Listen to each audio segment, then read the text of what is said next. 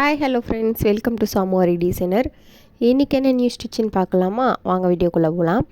இன்றைக்கி leaf ஸ்டிச்சோட type 2 தான் பார்க்க போகிறோம். ஆல்ரெடி டைப் 1 வந்து நம்ம சேனலில் அப்லோட் பண்ணிக்கிறோம்.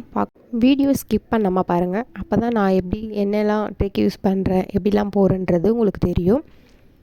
சரி, ஓகே. ஃபஸ்ட்டு நம்ம எப்பயுமே சொல்கிற மாதிரி செயின் ஸ்டிச் போட்டு அந்த அவுட்லைனில் கவர் பண்ணி முடிச்சாச்சு. நெக்ஸ்ட் என்ன பண்ண போகிறோன்னு பார்த்தீங்கன்னா, இப்போ இந்த லீஃபை வந்து நம்ம 2 பார்ட்ஸாக பிரிச்சுக்க போகிறோம். Right side and left side.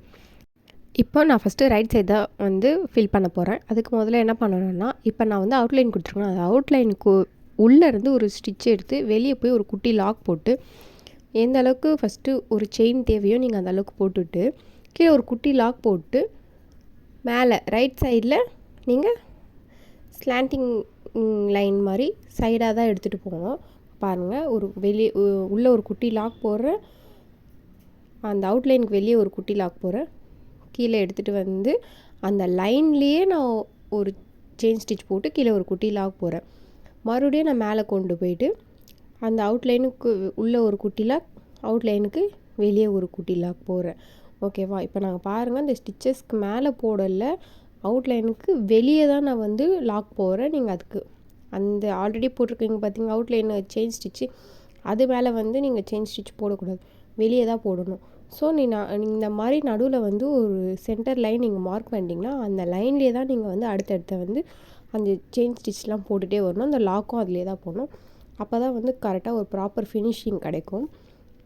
இப்போ லீஃப் 1க்கும் டைப் இதுக்கும் என்ன டிஃப்ரென்ஸ் பார்த்தீங்கன்னா, நம்ம ஃபஸ்ட்டு போட்டது வந்து ரைட் சைடும் போடுவோம், லெஃப்ட் சைடும் போடுவோம்.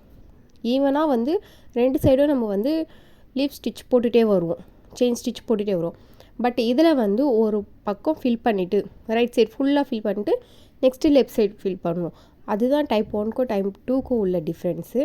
இப்போ இதில் பாருங்கள், நான் சென்டரில் ஒரு லைன் போட்டிருக்கேன். அந்த லைன் பாருங்கள், நான் லாக் போட்டு ஃபுல்லாக ஃபில் ஆகிடுச்சு.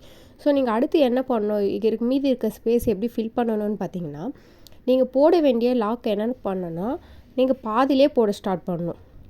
எப்படின்னா, இப்போ நீங்கள் ஃபுல்லாக போகிறத அந்த ஃபஸ்ட்டு லாஸ்ட் லைனுக்கு கொஞ்சம் முன்னாடியே நீங்கள் வந்து ஸ்டிச்சஸ் போட்டு நீங்கள் கவர் பண்ணிங்கன்னா உங்களுக்கு பார்க்க வந்து ப்ராப்பர் ஃபினிஷிங்கில் கிடைக்கும். நீங்கள் ஃபுல்லாக போட்டு ட்ரை பண்ணி பாருங்கள். அது எப்படி இருக்கும்னா, மொத்தமாக ஒரு இடத்துல வந்து ஸ்டிச்சஸ் போட்டால் எப்படி இருக்கும், அது பார்க்க நல்லா இருக்காது, அந்த மாதிரி தான் இருக்கும்.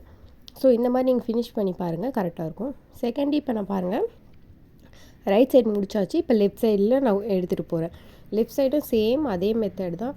நீங்கள் போடும்போது என்ன பண்ணணுன்னா, ஸ்பேஸ் இல்லாமல் கொஞ்சம் நெருக்கமாக போட்டிங்கன்னா அது பார்க்க அழகாக ஒரு லீஃப் மாதிரி நமக்கு ஷேப்பில் கொண்டு வரும்.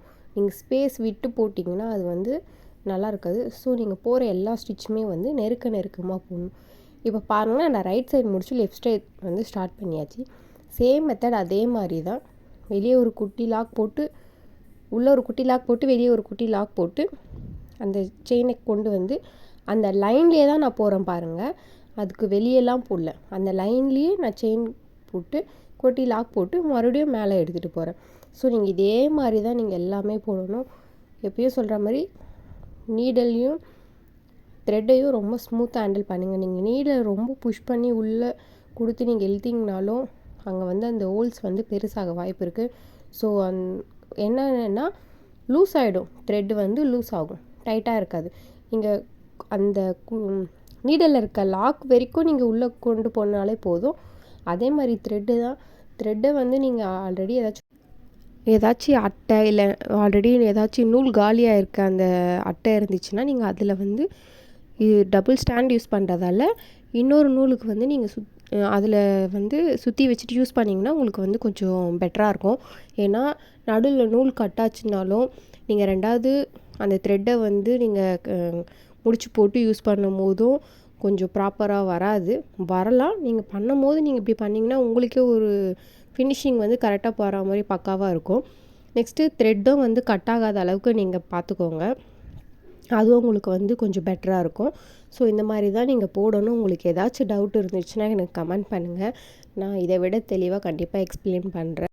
வீடியோ பிடிச்சிருந்தா கமெண்ட் பண்ணுங்கள். தேங்க்ஸ் ஃபார் வாட்சிங்.